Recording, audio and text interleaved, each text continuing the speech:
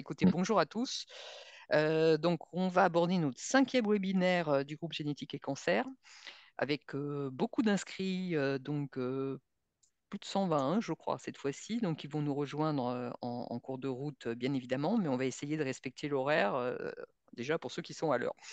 Donc, on a le plaisir d'inviter Jessica Legal, qui est généticienne et médecin biologiste à l'Institut Curie et qui va nous faire un topo fort attendu parce qu'effectivement, on est moins souvent confronté à ça, aux maladies cassantes et leur actualité. Alors, les règles du jeu, elle les connaît, elle sait qu'à part Antoine et moi, il n'y a pas grand monde qui va parler puisque ceux qui nous écoutent peuvent intervenir par contre par chat. Au fur et à mesure, nous, on regardera les questions et on les reformulera. Donc, n'hésitez pas, surtout au fur et à mesure, à poser les questions. On les reprendra à la fin du topo. Voilà, je crois qu'on y est. Jessica, à vous. Alors, bonjour à tous. Du coup, je vais vous parler des maladies cassantes. Donc, je vais pas parler de toutes les maladies cassantes, mais je vais surtout axer sur trois maladies cassantes, dont l'ataxie-télangiectasie, avec également trois syndromes apparentés, la maladie de Fanconi et le syndrome de Bloom. Donc, pourquoi on parle de maladies cassantes? Parce qu'en fait, au niveau cytogénétique et notamment sur le karyotype, dans ces maladies, on voit un nombre anormal de cassures, et qui sont assez typiques selon le syndrome. Par exemple, dans la taxitélangiectasie, on peut voir des anomalies qui vont surtout toucher les chromosomes 7 et 14, et notamment des translocations. Dans la maladie de Fanconi, là, on va avoir plutôt des cassures, comme on peut voir ici, et également des structures radiales, comme on peut voir là ou ici. Et dans le syndrome de Bloom, là, ça va plutôt être un excès d'échange de chromatides sœurs.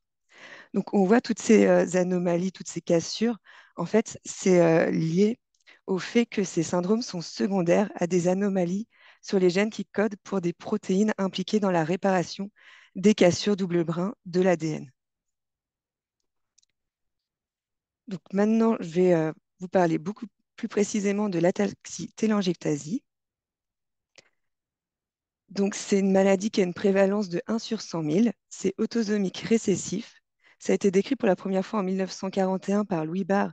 Donc, on peut aussi nommer ce syndrome de Louis Barr. L'espérance de vie, elle est estimée à peu près à 25 ans. Et la mortalité est généralement liée à des tumeurs ou alors aux infections. Sur le plan clinique, ce qu'on retrouve au premier plan, ça va être l'ataxie cérébelleuse. On a aussi, comme son nom l'indique, les téléangiectasies qui vont être oculaires et cutanées. On retrouve des infections pulmonaires à répétition. Ces patients vont avoir un risque de cancer plus élevé qu'en population générale. Et, et en plus de ça, ils sont hypersensibles aux radiations ionisantes. Donc le traitement, en cas de cancer, il va falloir adapter le traitement. Si je rentre plus précisément dans la clinique, concernant l'ataxie cérébelleuse, elle va être progressive. C'est généralement le premier signe qui va apparaître. Ça se traduit par des troubles de l'équilibre et des mouvements anormaux de la tête qui apparaissent vers 1 ou 2 ans. C'est généralement des enfants qui acquièrent la marche et c'est après coup, dans les mois qui suivent, qu'ils vont commencer à chuter, à faire plusieurs chutes à répétition. Et généralement, vers 10 ans, ils vont perdre la marche. Ils présentent également, dans le cadre de l'ataxie cérébelleuse, des troubles de l'élocution et hypersalivation. Et on peut voir une apraxie oculomotrice. Si on fait une imagerie cérébrale et notamment une IRM, on va pouvoir voir, comme on voit ici, une atrophie cérébelleuse. Cette atrophie, elle n'est pas présente au tout début. Si on fait l'IRM chez un patient enfin, au premier signe, donc vers 2 ans, généralement, on ne voit pas encore cette atrophie. Ça va plutôt être a posteriori qu'on va la voir. Concernant les téléangiectasies, alors elles ne sont pas présentes chez tous les patients, bien que ce soit dans le nom de la maladie. C'est à peu près chez 3 quarts des patients. Ça apparaît un peu après l'ataxie, donc vers 3 à 6 ans. Les- Ça va apparaître en premier lieu au niveau des conjonctives, comme on peut voir ici. Et après, c'est vraiment au niveau des petits vaisseaux périphériques. Donc, ça va pouvoir se voir à l'intérieur des oreilles, au niveau des ailes du nez, sur les paupières, sur les plis des coudes et genoux. On a également d'autres atteintes cutanées, telles des taches café au lait, comme ici, ou à l'inverse, des taches achromiques. Et on peut avoir une atrophie cutanée sur les zones photoexposées. Les patients avec une ataxie telangiectasie peuvent faire des infections bronchopulmonaires à répétition. Donc ça arrive dans les premières années de vie. Enfin, les premières infections, ça arrive assez rapidement. Ça concerne à peu près 70% des patients. Et donc, ils vont surtout faire des infections bronchopulmonaires, telles les pneumonies, bronchites, et bien souvent avec des bactéries encapsulées. Donc, ça peut ensuite, ils peuvent également avoir les pneumopathies interstitielles et en conséquence, ils vont avoir des dilatations des bronches, la fibrose pulmonaire. Et donc, les infections sont également l'une des principales causes de décès, parce que c'est des patients qui vont avoir une insuffisance respiratoire terminale et ou qui peuvent faire des infections pulmonaires graves avec détresse respiratoire. Concernant la prédisposition au cancer, à peu près 25% développeront un cancer au cours de leur vie. Donc, dans les types de cancer, c'est majoritairement des hémopathies, donc leucémie et lymphome, et qui peuvent avoir dès l'enfance. Comme on peut voir sur ce schéma, hémopathie et lymphome, c'est vraiment à peu près vers 10 ans. Enfin, les premiers, ça peut apparaître vers 10 ans et dans l'adolescence. Mais c'est des patients qui vont aussi présenter des cancers solides, tels le cancer du sein, estomac, thyroïde et foie. Et ça, c'est plutôt chez le jeune adulte. C'est ce qu'on peut voir, c'est la courbe bleu clair représentée ici.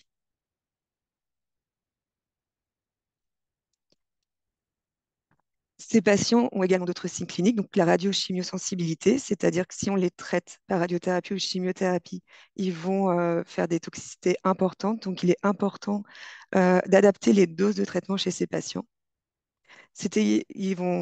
On retrouve également assez fréquemment une infertilité chez ces patients. Et ça peut se traduire par un retard pubertaire et chez les femmes, une insuffisance ovarienne précoce ou une azoospermie chez les garçons. Sur le plan biologique, on va retrouver chez à peu près 70% des patients un déficit immunitaire. C'est ce qui explique les infections bronchopulmonaires à répétition. Donc, ça peut toucher les immunoglobulines A et G. On peut avoir également une lymphopénie. Et en conséquence, donc, c'est des patients qui vont faire les infections bronchopulmonaires et on va également avoir une réponse vaccinale faible. On retrouve aussi chez ces patients, et ça c'est quasi constant, une augmentation de l'alpha-fétoprotéine. On sait pas, on n'arrive pas trop bien à comprendre, on ne sait pas trop pourquoi c'est élevé, on ne comprend pas la physiopathe de ça, mais c'est assez constant et c'est très élevé, ça peut être jusqu'à 10 fois, voire 20 fois la normale. Concernant les anomalies chromosomiques qu'on va retrouver sur le karyotype, donc comme je vous ai dit au tout début, les anomalies qu'on va retrouver impliquent surtout les chromosomes 7 et 14.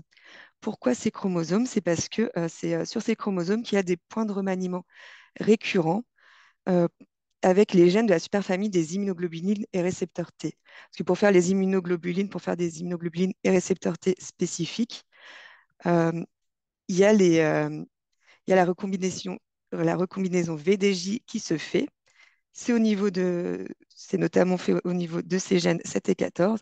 Et en fait, pour faire les immunoglobulines, on casse l'ADN, l'immunoglobuline se fait, et puis après, ça se répare. Et la réparation se fait notamment via ATM. Et donc, quand il n'y a pas de protéine ATM, ça va moins bien se réparer, et c'est pour ça qu'on observe surtout ce type d'anomalie. Concernant la prise en charge de ces patients, elle va être pluridisciplinaire et ça va vraiment dépendre de la clinique du patient. Donc, il va falloir prendre en charge la taxie avec de la kinémotrice, de l'ergothérapie, l'orthophonie, l'orthoptiste, psychomotricité. Il y a également un diététicien qui est impliqué dans la prise en charge. Sur le plan des infections respiratoires, bien souvent, ces patients vont avoir des injections d'immunoglobulines. Ils vont avoir des antibiothérapies, parfois au long cours. Et la kiné respi est également importante, d'autant plus s'il y a une dilatation des bronches. Et en cas de cancer, donc on va faire le traitement adapté au cancer, mais en gardant à l'esprit qu'il faut adapter les doses de traitement. Concernant la prédisposition génétique, donc l'ataxie telangiectasie est liée à à des variants pathogènes sur le gène ATM. Ce gène il a été découvert en 1995. Il est localisé sur le chromosome 11. C'est un très grand gène composé de 63 exons et il code pour une protéine kinase. Et cette protéine est impliquée dans la réparation des cassures double brin. Ici, je vous ai mis la structure protéique. Le domaine majeur de cette protéine, il est situé ici, c'est le domaine kinase. C'est le domaine qui va aller phosphoryler les cibles d'ATM. En dessous, ici, je vous ai mis la structure protéique. En fait, ATM, la protéine ATM, elle agit en dimère. On a donc deux protéines ATM qui se mettent ensemble. Quand la protéine est fermée, c'est-à-dire au niveau du domaine kinase, elle est peu active. Mais dès qu'elle est activée, le domaine kinase va s'ouvrir et il va donc pouvoir aller phosphoryler ses cibles et donc réparer l'ADN. De façon très schématique, euh, c'est dès qu'il y a une cassure double brin, en fait, ATM va être appelé sur la cassure avec ses médiateurs. Il va arriver au niveau de la cassure et il va aller activer ses cibles et notamment les protéines effectrices qui vont pouvoir euh, contrôler le cycle cellulaire, réparer l'ADN, moduler les voies de signalisation et si jamais la réparation n'est pas possible, entraîner la cellule vers l'apoptose. Et donc, si ATM n'est pas là, tout ça se fait beaucoup moins bien et on va avoir une accumulation de cassures double brin. Les variants pathogènes détectés sur le gène ATM, ce sont toujours des variants perte de fonction. C'est autosomique récessif. Il faut donc un variant sur chaque copie du gène. Ici, je vous ai mis les variants pathogènes d'ATM qu'on a détectés chez des patients atteints d'ataxie télangiectasie à l'Institut Curie. C'était surtout pour montrer qu'il n'y a pas de hotspot sur ce gène. Donc là, on a tout l'ensemble, la structure protéique. En haut, en rouge, j'ai mis les variants tronquants, donc on voit qu'on en a vraiment sur tout le gène. En dessous, en violet, c'est les variants faux-sens. Et ce qu'on peut voir, c'est que la majorité des variants faux-sens pathogènes sont localisés au niveau du domaine kinase. Et on a également détecté quelques réarrangements de grande taille, donc des délétions et une duplication de un ou plusieurs exons. Là, je vous ai décrit l'ataxie télangiectasie telle qu'on la connaît avec début dans l'enfance, mais on a certains patients qui présentent une ataxie télangiectasie beaucoup plus atténuée, avec des signes qui arrivent plus tardivement et notamment à l'âge adulte.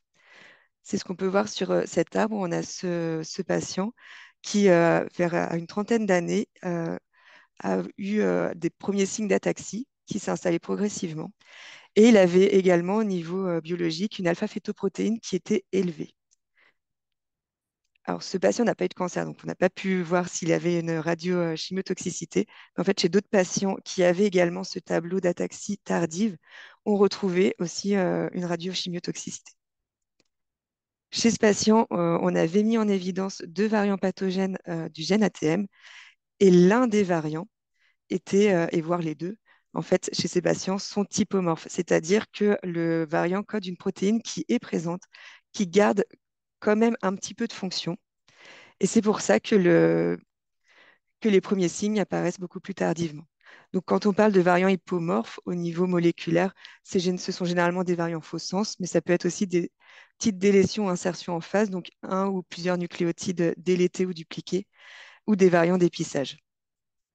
Et parfois, chez ces patients, c'est malgré même si on met en évidence un variant, deux variants ATM chez ces patients, c'est parfois compliqué de quand même faire le diagnostic parce que souvent les variants détectés, ils sont de signification inconnue.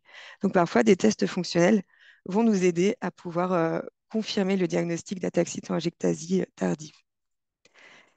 Ces tests fonctionnels, on va les réaliser sur lignée lymphoblastoïde du patient. Donc actuellement, on les fait au laboratoire, mais plutôt pas dans un cadre diagnostique, c'est plutôt recherche. Donc on n'a pas de délai de rendu.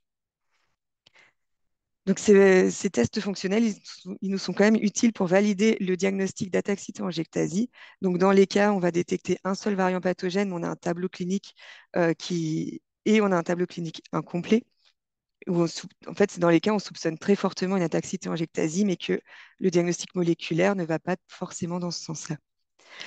On fait 3 tests. Ce sont des tests qui sont faits par Western blot. Le premier test, on va quantifier la protéine ATM, parce que si on a moins de protéines que chez les témoins, bon, bah, ça signe le fait qu'il se passe quelque chose au niveau d'ATM. On va regarder également la localisation de la protéine ATM, parce que pour réparer l'ADN, cette protéine, elle doit être dans le noyau. Mais si on a un excès de protéine ATM dans le cytoplasme, et ben, du coup, c'est que la protéine ne va pas pouvoir réparer les cassures double brin. Et enfin, on peut également étudier la phosphorylation de Check2 et Cap1 après traitement par camptothésine. Donc la camptothésine, ça induit des cassures double brin. Du coup, s'il y a des cassures double brin, ATM est censé être activé. Et une fois activé, il va aller phosphoryler ses cibles. Et Check2 et Cap1 font partie de ces cibles. Donc, si on observe que ces deux protéines ne sont pas ou peu phosphorylées, ça signe le fait que ATM n'est pas fonctionnel. Je vais vous parler d'un autre test qui, lui, est réalisé à l'Institut Imagine par Jean-Pierre de Villarté. C'est une signature qui a été réalisée à la base, c'était plutôt pour rechercher une signature associée au déficit immunitaire combiné sévère. C'est basé sur l'analyse du répertoire des récepteurs des lymphocytes T. Et il se trouve ils ont testé plusieurs patients, certains qui avaient un déficit immunitaire combiné sévère, qui est ici dans la partie jaune. Et on a également testé plusieurs patients AT et trois patients également qui avaient un syndrome de Nijmegen. Et on a retrouvé des signatures spécifiques, une signature assez spécifique de l'ataxie telangiectasie, qui est ici en bleu, qui était distincte de la signature associée aux immunodéficiences euh, immunitaires combinées sévères. Et on voit que nos contrôles, ils sont assez loin, enfin, ils ne sont pas du tout associés aux autres signatures. Donc, quand on a un doute sur une ataxie telangiectasie, notamment dans les ataxies télangiectasie tardives, ça peut valoir le coup de réaliser de rechercher cette signature parce on a vu que cette signature est présente même quand le phénotype est très atténué. Un dernier point sur l'ataxie telangiectasie, ça concerne le diagnostic préconceptionnel. Il se trouve que la fréquence des individus porteurs hétérozygotes d'un variant pathogène ATM en population générale, on l'estime à 1 sur 150 à 200. Donc, si on a un couple chez lequel l'un des parents est porteur hétérozygote d'un variant pathogène ATM, en dehors de consanguinité, sa conjointe aura un risque d'être porteur d'un variant pathogène de 1 sur 150 à 1 sur 200. Donc, ce couple risque d'avoir un enfant atteint d'ataxie telangiectasie estimé à 1 sur 600 à 1 sur 800. On estime ce risque suffisamment élevé pour pouvoir proposer un diagnostic préconceptionnel. Donc, en pratique, quand s'il y a des apparentés de patients avec ataxie telangiectasie qui ont un projet de grossesse, on propose de réaliser le test ciblé chez l'apparenté pour voir s'il est porteur ou non du variant pathogène familial. Et s'il est porteur, on va cribler le gène ATM chez le conjoint. Alors, il faut garder à l'idée que ce qu'on va regarder, donc on va regarder tout le gène, mais uniquement les exons et les bornes intron-exons. Donc, s'il y a un variant intronique profond, pathogène, on ne le détectera pas. Et ensuite, le deuxième point à garder à l'esprit, c'est que sur ATM, euh, il n'est pas rare de détecter des variants de signification inconnue. Donc, chez le conjoint, si on détecte un variant de signification inconnue, bah, le conseil génétique peut être délicat. Je vais maintenant vous parler des syndromes apparentés à l'ataxie telangiectasie, parce que dans la réparation des cassures double brin, ATM, il n'agit pas seul, il agit il agit au sein d'un complexe, et le complexe mRN, en fait, il interagit avec 3 autres protéines. On a NBS1 qui est également nommé NBN, il agit également avec la protéine MRE11 et la protéine RAD50. Et en fait, quand on a des anomalies sur les gènes qui codent ces protéines, eh ben, on a également, on va avoir un syndrome qui ressemble plus ou moins à l'ataxie-telangiectasie. Donc, le premier syndrome que je vais vous décrire, c'est l'ataxie-telangiectasie-like disorder de type 1. La prévalence, elle est inconnue parce que c'est très rare. Dans la littérature, il y a une trentaine de cas qui ont été rapportés. C'est autosomique récessif. Au niveau clinique, on retrouve une ataxie comme dans l'ataxie-telangiectasie. Par contre, le début est un peu plus tardif que dans l'ataxie-telangiectasie.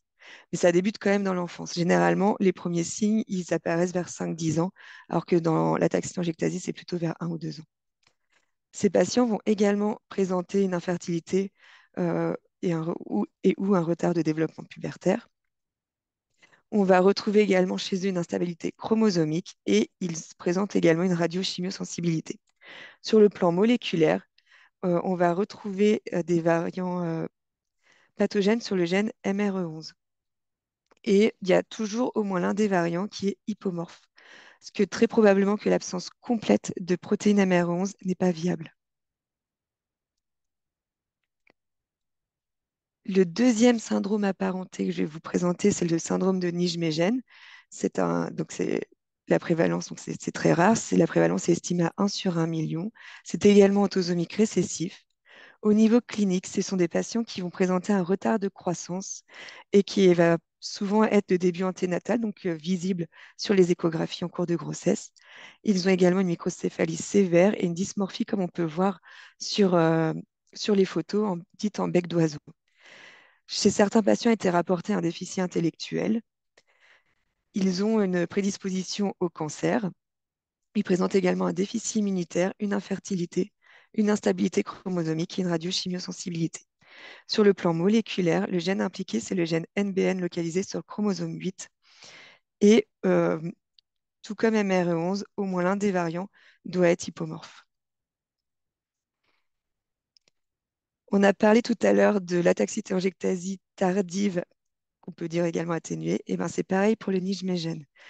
Et je vous illustre avec ce cas qui avait été vu à Curie. On avait donc une fratrie, un frère et une sœur, qui allait plutôt bien en dehors d'une infertilité. Donc chez elle, elle présentait une insuffisance ovarienne précoce. Elle avait également une puberté retardée et son frère lui présentait une oligotérato-asténosospermie. Dans le cadre, tous les deux étaient dans le parcours PMA. Un karyotype a été fait et il a été identifié de nombreux réarrangements des chromosomes 7 et 14. Ils avaient également des immunoglobulines G qui étaient un petit peu basses, mais qui cliniquement ne parlaient pas parce qu'ils n'avaient pas d'infection à répétition. On a donc étudié sur le plan moléculaire le gène NBN. Deux variants tronquants ont été détectés sur ce gène. C'était des variants tronquants vraiment en milieu de gène, l'un sur l'exon 4 et l'autre sur l'exon 10. Donc, a priori, ça n'est pas censé être viable. Et en fait, on a trouvé l'explication. Il se trouve que NBN, le gène NBN, il code pour plusieurs transcrits, dont un transcrit qui entraîne le saut des exons 4 et 5. Et ce saut, il est en phase. Il se trouve que l'un des variants, le 330, il est localisé sur l'exon 4. Donc, le transcrit alternatif, il chinte ce variant. Et donc, on avait quand même, à partir de cet allèle, on a quand même la production d'une protéine qui, certes, est tronquée, mais qui reste fonctionnelle. Et ça explique ce phénotype qui est très atténué.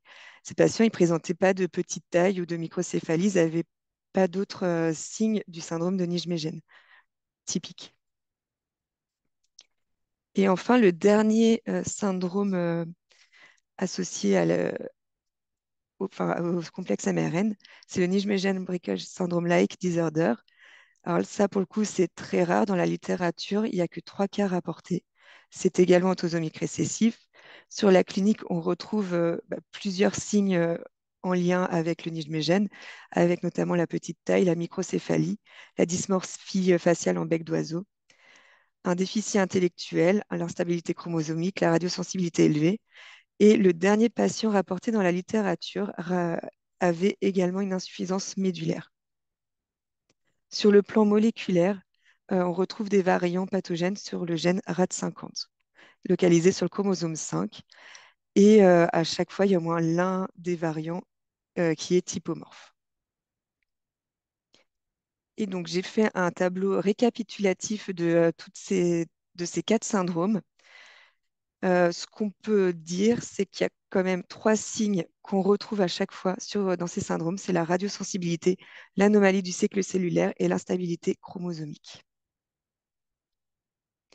Et donc, en pratique, quand on suspecte une ataxie-telangiectasie, ce qu'il faut faire, donc si on suspecte cliniquement, c'est-à-dire qu'il y a au moins l'ataxie, ça vaut le coup de doser l'alpha-fétoprotéine qui est généralement élevée, les immunoglobulines et ensuite faire un panel ataxie-telangiectasie où nous, au laboratoire, on va étudier les 4 gènes impliqués dans le complexe MRN et on étudie ça par séquençage au débit. Il n'y a pas besoin de faire de karyotype pour, pour nous envoyer le prélèvement. Juste la clinique peut être suffisante pour pouvoir étudier ces gènes-là. Je vais maintenant vous parler de la maladie de Fanconi. Donc, c'est également une maladie rare, avec une incidence estimée à 1 sur 160 000 naissances. Elle a été décrite pour la première fois en 1927. Actuellement, il y a 22 gènes identifiés, mais la liste a tendance à s'allonger euh, selon au fil du temps. Donc, actuellement, c'est 22. C'est généralement autosomique récessif et pour un gène, c'est lié à l'X. On a, on retrouve assez fréquemment ces 3 signes qui sont le premier, le retard staturo-pondéral homogène, et souvent ça débute en anténatal. On a un syndrome malformatif, donc à peu près 3/4 des cas, et l'insuffisance médulaire. Alors je vais vous décrire le syndrome malformatif, mais c'est un syndrome qui est vraiment très large et on va trouver plus ou moins plusieurs anomalies. Donc ce qu'on peut voir, c'est des anomalies qui colle au phénotype Bacterl. Donc, pour rappel, le phénotype Bacterl, il faut au moins 3 signes parmi ceux qui sont décrits là. Donc, anomalie vertébrale, imperforation atrésianale, malformation cardiaque, fistule trachéo-œsophagienne, atrésie de l'œsophage ou du duodénum, des malformations rénales, anomalie des membres ou hydrocéphalie. Et en fait, dans plusieurs études, il se trouve que chez les patients qui ont un syndrome Fanconi, 5 à 30 présentent au moins 3 signes parmi toute cette liste. Et les 2 signes majoritaires, ce sont les malformations rénales et les anomalies de membres. Et les anomalies de membres dans le Fanconi, ça touche surtout le pouce et le radius, c'est surtout le membre supérieur.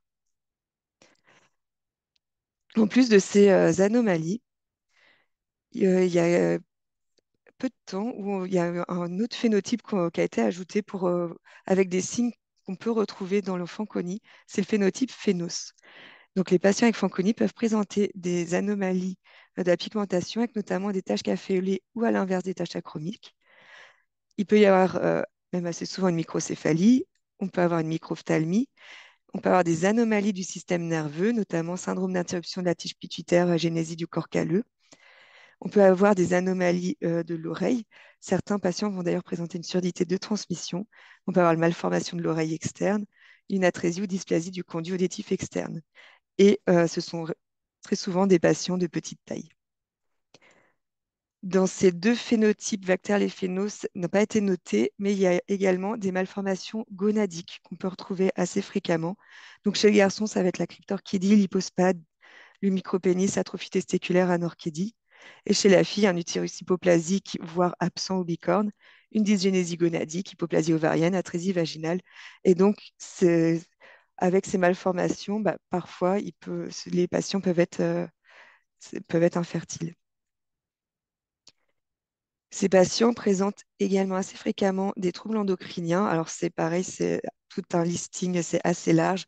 Donc, il va y avoir le déficit en hormones de croissance, l'hypothyroïdie, diabète, dyslipidémie, obésité, syndrome métabolique, le retard pubertaire, l'osteopénie et l'ostéoporose. Donc, vraiment, dans le Fanconi, on a un phénotype clinique qui est très large et qui va être vraiment plus ou moins sévère selon les patients. Donc, les patients Fanconi vont très souvent présenter une insuffisance médulaire. qui va être d'apparition progressive. C'est-à-dire que si on fait une NFS dès la naissance, il est normal. Et puis progressivement, on va avoir une anémie, suivie d'une thrombopénie, puis d'une neutropénie. Et assez rapidement, on aura une pancytopénie liée à l'aplasie médulaire. Et ça va évoluer, ça peut évoluer vers un syndrome myélodysplasique ou une leucémie aiguë myéloïde. Ces patients sont également prédisposés aux cancers solides et notamment les carcinomes épidermoïdes, notamment ORL et principalement de la langue. Mais on a aussi des carcinomes de la peau, de l'œsophage, gynécologiques et anal. Et l'âge médian au diagnostic est quand même précoce puisque c'est à 29 ans. Donc, dans une cohorte de 2003, on voyait ils ont un peu décrit les signes les signes qu'on pouvait voir au cours de la vie de ces patients. Donc, au tout début, les premiers signes apparaissent, c'est les malformations physiques, donc qui peuvent se voir en anténatal, dès l'anténatal. Puis, dans l'enfance, va apparaître à peu près vers 4-5 ans l'insuffisance médulaire, qui peut évoluer vers les hémopathies. Donc, ça, c'est généralement vers une dizaine d'années, à partir d'une dizaine d'années. Et plutôt chez le jeune adulte, on va avoir les tumeurs solides.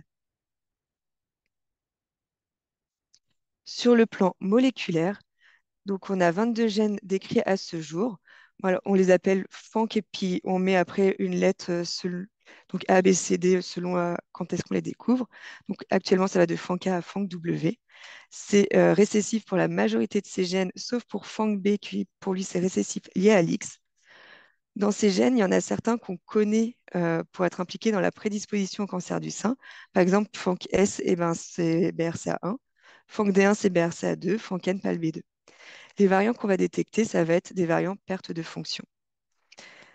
Ici, je vous ai mis à peu près la proportion des gènes impliqués dans le Fanconi. Ce qu'on peut voir, c'est que dans la grande majorité des cas, à peu près 60% des cas, ça va être FANCA, les patients Fanconi ont des anomalies sur le gène FANCA.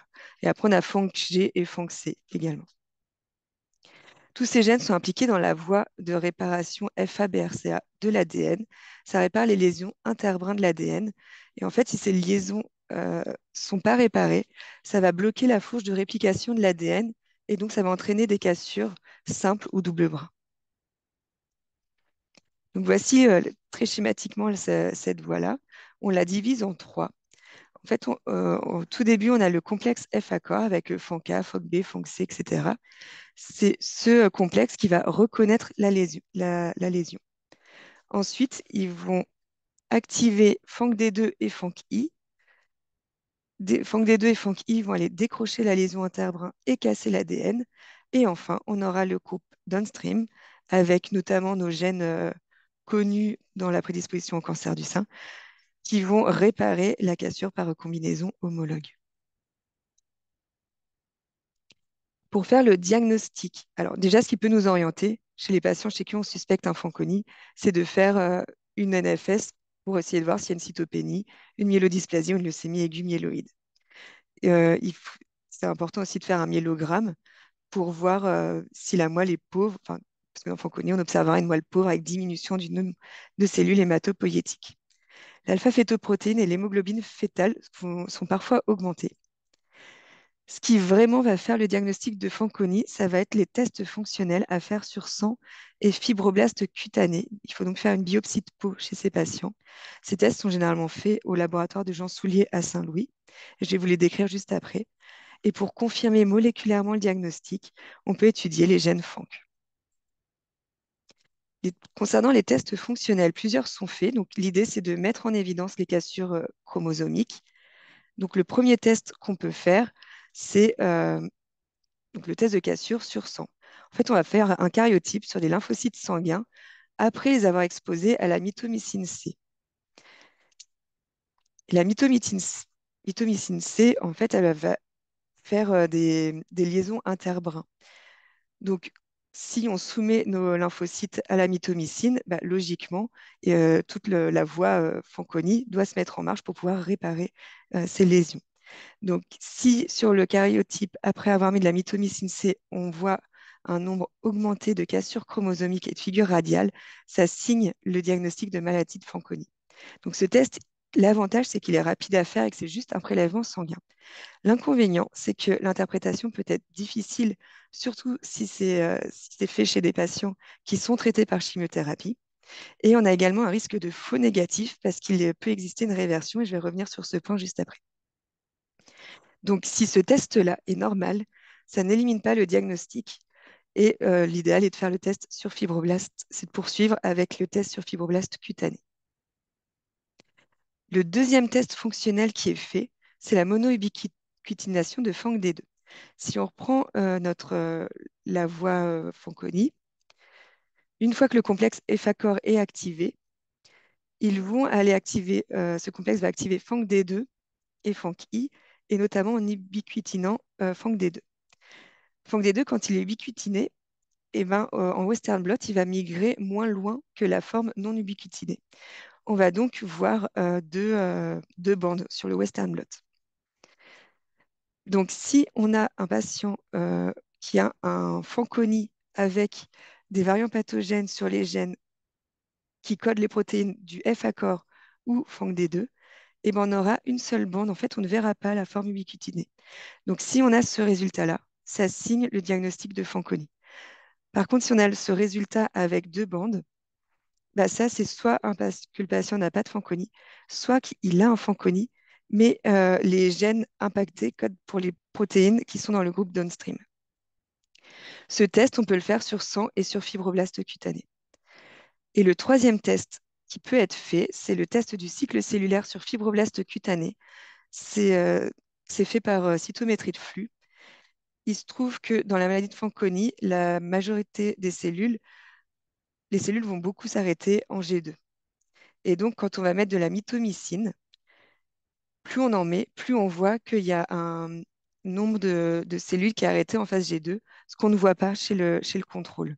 Et donc, si on a ce résultat, ça signe le fait que le patient a une maladie de Fanconi. Et ce test, c'est sur les fibroblastes cutanés. Donc, l'ensemble de ces trois tests décrits va pouvoir nous dire si le patient a une maladie de Fanconi ou non. Et en plus, ça va nous permettre de savoir à peu près sur quel gène il y a une anomalie. Je vous ai parlé de réversion tout à l'heure. Il se trouve qu'au niveau de la moelle osseuse, donc un patient Fanconi, il a, selon le gène impliqué, il va avoir deux variants pathogènes sur le gène, un sur chaque allèle. Au niveau de la moelle osseuse, il peut y avoir comme une correction, c'est une réversion génétique. En fait, l'un des allèles va se corriger. On va donc avoir un allèle wild type qui va coder pour de la protéine normale. C'est présent chez à peu près 15% des patients. Et il se trouve que les cellules qui ont l'allèle corrigé, elles ont un avantage sélectif comparé aux cellules qui ont les anomalies sur chaque allèle.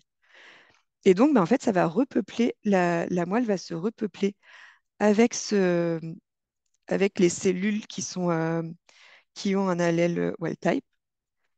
Et donc, chez ces patients, on ne va pas avoir l'insuffisance médulaire, on ne va pas ou peu l'avoir. Et si on fait des tests fonctionnels sur le sang, et ben, du coup, on ne verra pas de maladie de Fanconi. Le test fonctionnel sur le sang sera en faveur de la normalité. Enfin, il y aura pas on ne verra pas de cassure. Et c'est notamment le cas de cette patiente. Donc, c'était une dame de 47 ans qui avait une petite taille, une ménopause précoce. Elle avait présenté deux cancers de la cavité buccale à 38 et 46 ans, traités par radiothérapie locale. Elle avait une pancytopénie légère. Donc, le tableau était assez évocateur de Fanconi. Des tests fonctionnels de Fanconi avaient été réalisés sur le sang, mais n'étaient pas en faveur d'un Fanconi. Le test de cassure chromosomique était normal. Le Western blot de FANC-D2 qu'on voit ici, il était normal parce qu'on voit qu'on avait nos deux bandes, donc la forme ubiquitinée et la forme non ubiquitinée. Et le diagnostic a pu être fait grâce à la biopsie cutanée et l'analyse des fibroblastes. Et sur les fibroblastes, donc il y a eu le test de cycle cellulaire qui était en faveur d'un Fanconi avec un excès de cellularité en G2.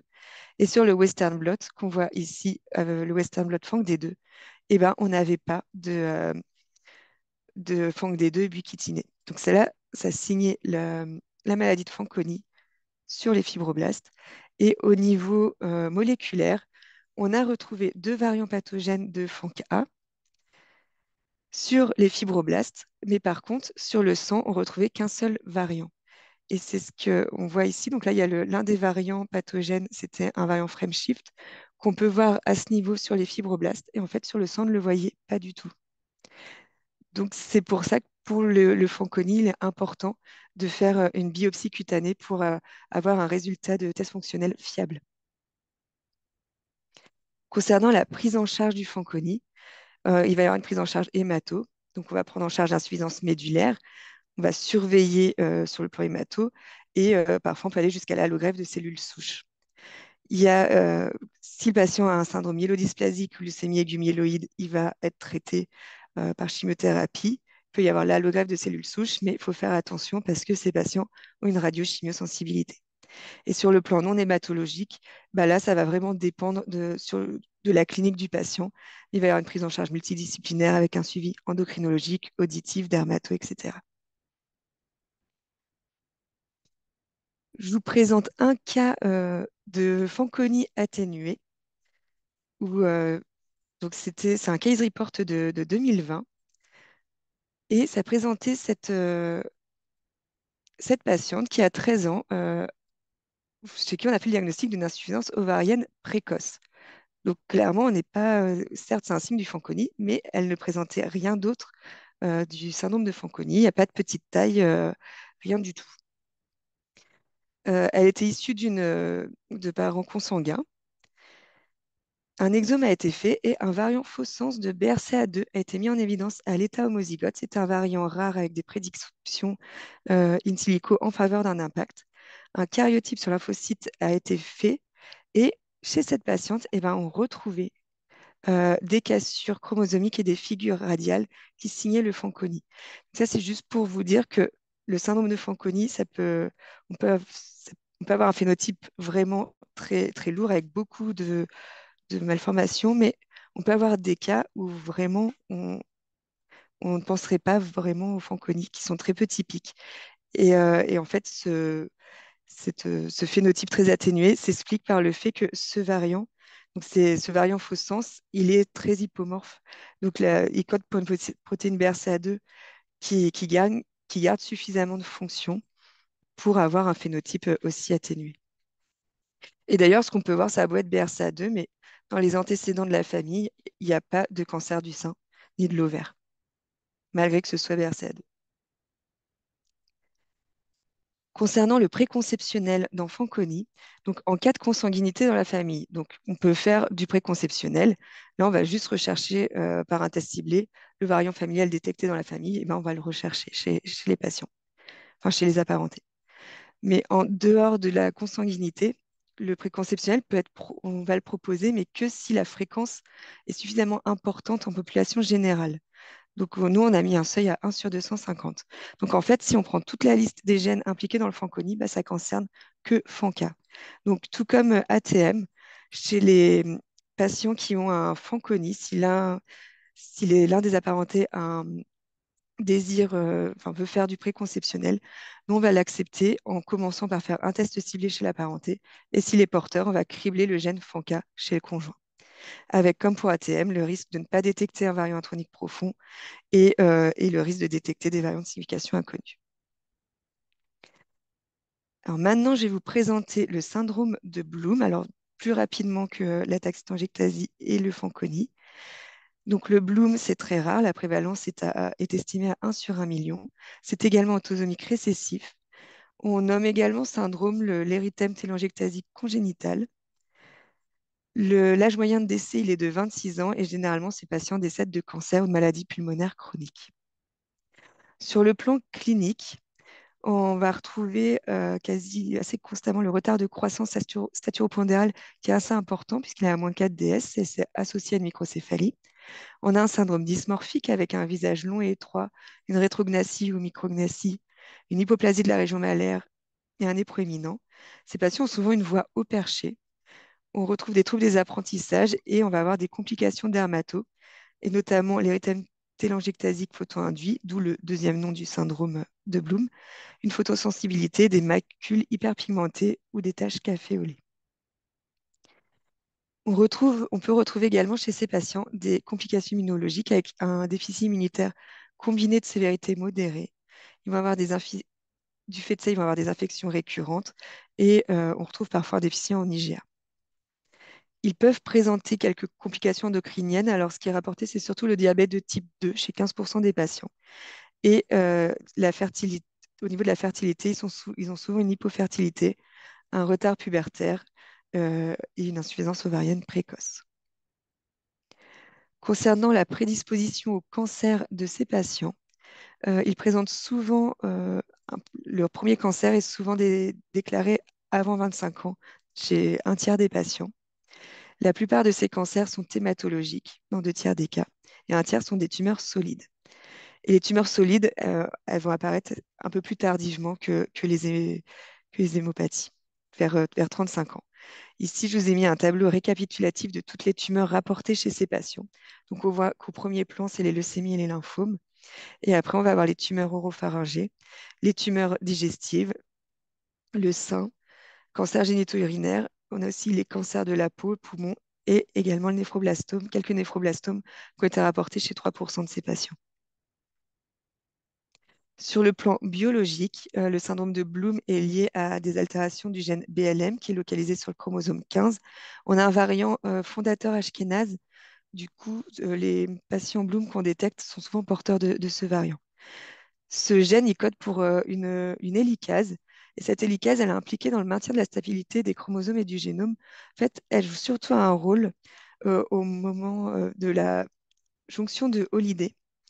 Donc ça, c'est quand, au cours de la recombinaison homologue, il y a la jonction de Holiday qui se fait pour pouvoir réparer en prenant pour modèle la chromatide sœur.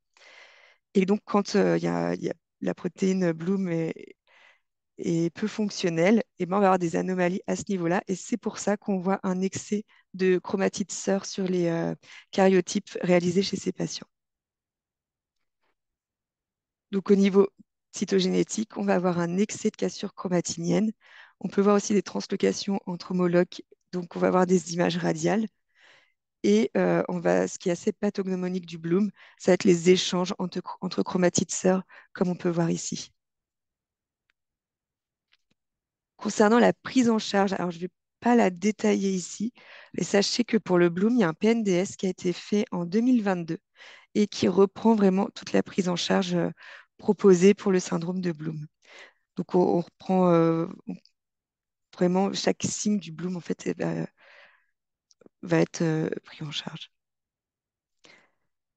Donc voilà pour les syndromes que j'ai vus. Je fais juste un dernier petit point parce que sur les 3 syndromes vus, donc l'ataxie-angiectasie, le Fanconi et le Bloom, les trois, dans ces 3 syndromes, on a une radiochimiosensibilité. Depuis quelque temps, on nous pose souvent la question des patients qui ont vraiment une toxicité sévère à la radiothérapie, voire la chimiothérapie. Est-ce que ça vaut le coup de séquencer les gènes impliqués dans ces maladies cassantes? Euh, Alors, c'est quelque chose qui a à discuter. On l'a fait pour quelques patients, un peu moins d'une dizaine de cas, parce que, en effet, on voit que dans tous ces syndromes, on a quand même parfois des phénotypes très atténués. Donc, le premier signe pourrait être, pourquoi pas, la radiochimiosensibilité. Bon, pour l'heure, sur les quelques patients qu'on a fait, on n'a pas été exhaustif. On n'a pas retrouvé de patients atteints Fanconi ou Bloom. Mais voilà, sachez que sur des toxicités très sévères, ça peut se discuter. Et donc, pour résumer, les maladies cassantes sont des maladies génétiques rares.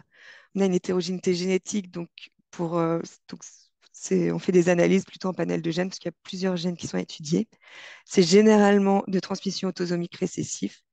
Euh, donc, il y a juste FANC-B dans le Fanconi qui est lié à l'X. Le risque pour la fratrie, donc chez un patient chez qui on fait un diagnostic, le risque est donc pour la fratrie de 1 sur 4. Euh, du diagnostic prénatal ou préimplantatoire peut être proposé quand on connaît les variants pathogènes. On peut proposer du préconceptionnel pour ATM et FANC-A. Et dans toutes ces maladies, il y a une prédisposition au cancer qui existe.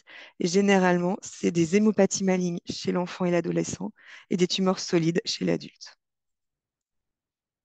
Et merci de votre attention. On se redonne de la lumière. Merci beaucoup, Jessica, d'avoir fait l'effort de bien tout nous synthétiser. C'était super. J'ai vu qu'il y avait une question dans le chat. Si Antoine, tu veux la commenter. Oui, c'est une question d'Audrey à Marseille. Pour les différents syndromes atténués, tu parles de variants hypomorphes systématiques. Avez-vous vérifié la fonction protéique résiduelle pour chacun d'eux ou le fait que le patient soit vivant suffit à dire un des variants est hypomorphe? Alors, il y a surtout, on regardait le variant, il y avait souvent, dans les cas qu'on a, il y a souvent un variant, soit fond sens, soit, enfin, on sait que donc faux sens ou une délinquance en phase ou autre. Et il y a également, dans certains cas, des tests fonctionnels qui ont été réalisés, où on voyait qu'il y avait quand même un peu de protéines, un minimum de fonction, mais que ce n'était pas suffisant euh, pour, enfin, que ça expliquait le phénotype. Et les tests fonctionnels, en fait, qu'on faisait, c'était globalement les mêmes faits pour, dans la taxi-télangiectasie. Parce que finalement, comme ça fonctionne avec, enfin, ATM fonctionne avec le complexe, enfin, avec MR11, RAD50 et NBN, on peut transposer ces tests-là. Et si ATM ne phosphoryle pas bien ses cibles, ça peut être lié au fait qu'il y a un défaut de ses partenaires. Ok. Euh, Audrey, tu continues par chat si tu veux demander un truc supplémentaire. Euh, vous êtes le seul labo en France qui vous vous occupez des maladies cassantes. Euh, À ma alors, connaissance, oui, mais voilà, je voudrais le faire préciser. Alors, pour les panels AT et Fanconi, oui. Maintenant, avec l'exome qui se fait de plus en plus, je pense que pour certains patients, c'est plutôt l'exome qui va être réalisé en premier. Et parce qu'il y en a quelques-uns qu'on voit plutôt après coup. On va être sollicité plutôt en aval dès que les variants ont déjà été Hmm. mis en évidence. Oui, donc ça change un peu le mode d'adressage, en fait. Exactement. Et on le voit notamment pour l'ataxie angiectasie, d'autant plus que ATM, maintenant, il est quand même sur beaucoup de, même des panels sont passés par l'exome, mais sur beaucoup de panels, on a de plus en plus des patients, le diagnostic est fait en amont de nous et non les récupère après. Et probablement qu'il y en a certains même qu'on ne récupère, enfin qu'on ne voit pas. Et donc, en fait, en termes de recherche, justement, comme tu dis, tu n'en vois pas, tout ça, c'est tout ce qui concerne les maladies cassantes. Est-ce qu'il y a, j'ai envie de dire, des enregistrements justement nationaux de ces différentes maladies? Oui, alors pour l'ataxie télangiectasie, il y a le CEREDI, c'est à Necker, c'est notamment le docteur Nizar Malawi qui gère le CEREDI. Et tous les patients, Cérédi, c'est quoi? Excuse-moi. c'est pour les, alors ça englobe en fait toutes les déficiences immunitaires, D'accord. CEREDIH. Et donc tous les patients avec une ataxie télangiectasie peuvent être mis dans le CEREDI. Par contre, ça concerne, c'est plutôt les enfants. Les adultes avec ataxie télangiectasie ne sont pas mis dans le CEREDI. Et pour le Fanconi, il ne me semble pas qu'il soit répertorié. Mais peut-être, c'est peut-être plus à Saint-Louis qu'ils ont. Oui, Peut-être qu'à peut-être. Saint-Louis, ils les recensent, mais comme ça, je ne suis pas sûre qui est. Et quand tu parles d'exome, tu penses que maintenant, pour les filières qui sont en charge des enfants, ça se passe plutôt dans le cadre des plateformes du plan France Génomique ou c'est d'exome fait dans différents laboratoires? Eh bien, les deux. En fait, on a eu les deux cas. Ouais, Les c'est ça, exomes parce faits que dans des laboratoires et là, récemment, on commence à en avoir un peu plus détecté par Sequoia. Mais euh, c'est on pour a la vraiment les recherche deux qui va portes avec, parce d'entrée. qu'au moins dans la plateforme, il y aura le cadre, enfin, il y aura des possibilités d'avoir Mm, accès aux données de façon plus collégiale, en tous les cas, sur le sujet.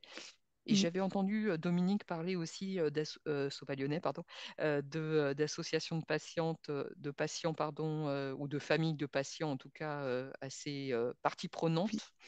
oui, Si tu peux oui. nous en commenter un petit mot, parce que c'est toujours intéressant de savoir que c'est bien relayé derrière. Il y a l'association AT Europe, notamment, qui qui recense beaucoup de familles de patients et qui sont très actifs Oui, c'est ce que j'ai sur, compris. pour, bah, notamment pour la recherche dans la taxino-angiectasie. Tous les ans, il y a ils se regroupent pour vraiment, enfin, il y a une journée dédiée à la taxino-angiectasie où ça permet de faire le point sur les avancées et autres. Et ils soulèvent pas mal de fonds, et notamment le test Promidis que je vous ai parlé, dont j'ai Hmm. parlé rapidement. Eh bien, en fait, ça a été notamment financé grâce à cette association de patients. Parce qu'ils financent pas mal de projets de recherche. Donc, ça peut être là, bah, c'était la signature Promidis, mais également pour des recherches de traitement, parce que c'est surtout ça forcément qui intéresse les familles des patients. Bien Et sûr. c'est vraiment une association très impliquée. C'est bien ce qui m'avait Euh, semblé Ouais. comprendre. Bon, Il y a, moi, ju- j'ai fait. il y a Oui, encore deux, il y a vas-y, encore, Antoine. ouais, il y a encore deux questions qui sont arrivées Super, sur ça le les a chat. fait Peut-être venir. voilà, peut-être les deux dernières, parce qu'après on va arriver à la fin du temps. Il y a d'abord Marjolaine qui précise que les patients athées là, peuvent être inclus dans PredCap. Euh, voilà, c'était juste une remarque de Marjolaine. Ah oui, c'est Oui, vrai. Et deux questions, une de Marion à Montpellier. Devant un jeune adulte de 25-30 ans avec un cancer épidermoïde ORL ou du col, s'il y a une anomalie des lignées hémato, peut-on suspecter une anomalie de Fanconi, un ensemble de Fanconi tout de même? exactement. Et même on commence à proposer de façon assez systématique quand on a des tumeurs ORL, des carcinomes épidermoïdes précoces. Il nous arrive de faire un panel Fanconi pour essayer de voir s'il y a des variants pathogènes sur l'un des gènes. Et parce que, en fait, c'est en plus, comme je vous parlais de la réversion, ça concerne quand même la réversion 10 à 15% des patients. Donc, on peut avoir des patients qui n'ont pas forcément de signes hémato, mais finalement, le premier signe du Fanconi peut être cette tumeur ORL. Et alors, dernière question de Jean Chiesa à Nîmes. Quid des karyotypes où on constate sur quelques métaphases des inversions 14-17, 14-7, translocation, quelle conduite à tenir? Alors, si on détecte des translocations 14-7 sur un karyotype, s'il y en a suffisamment, enfin, parce que s'il y en a moins de 1%, généralement, bah, c'est quelque chose qui peut arriver sans forcément que ce soit lié à une attaque cité angiectasie. Mais si on en observe quand même un grand nombre, ça vaut le coup d'orienter le patient vers nous. Et aussi de compléter l'analyse. On peut doser l'alpha-fétoprotéine, voir si c'est élevé, essayer de voir si cliniquement il a des signes d'ataxie-angiectasie ou autre. Disons que c'est sur un karyotype seul, on ne va pas forcément orienter enfin, étiqueter ataxie-angiectasie, mais ça vaut le coup de faire le point sur enfin, le point phénotypique de ce patient. Est-ce qu'il pourrait présenter une ataxie-angiectasie? Et une dernière question d'un spectateur anonyme. Euh, sur les carcinomes épidermoïdes ERL, vous acceptez de faire les panels avec quelle limite d'âge? Avant quel âge? Euh, c'est une bonne question. C'est avant 30 ans, c'est sûr. Euh, je ne vais pas dire de bêtises, il me semble que c'est avant 30 ans et peut-être avant 25 ans. Mais ça, Et faut que je sur reprécise. sur le plan France Médecine Génomique, on avait cité, c'était moins de 30 ans. On avait retenu comme Mm. seuil pour prendre des cancers ORL très précoces. Donc, Ok. on est dans ces eaux-là. Bon, Plus de moi, j'ai plus de questions? questions. Non, il n'y a plus de questions. Bah, je crois qu'on est à peu près dans les temps. Donc, Jessica, encore une fois, merci infiniment du temps que tu nous as consacré. Je pense que ça vraiment nous a permis de bien avancer sur le sujet. J'en profite aussi pour remercier l'équipe d'Unicancer qui nous aide bien dans l'organisation. Daniela, Alan, merci.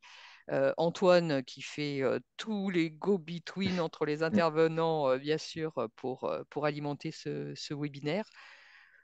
Antoine, je te laisse le Ouais, dernier mot quand même. bah, vous retrouverez, et puis pour ceux qui n'ont pas pu se connecter, vous retrouverez Alan va diffuser le webinaire sur le site d'Unicancer, donc vous le retrouverez en ligne enfin, voilà, on vous préviendra dès qu'il sera en ligne. Et puis je remercie aussi du coup Alan et Daniela pour leur aide dans l'organisation de ce webinaire. Merci à vous. Merci à Merci. tous. Merci. À la prochaine. À Au bientôt. revoir. Merci. Bonne Au journée, revoir. au revoir.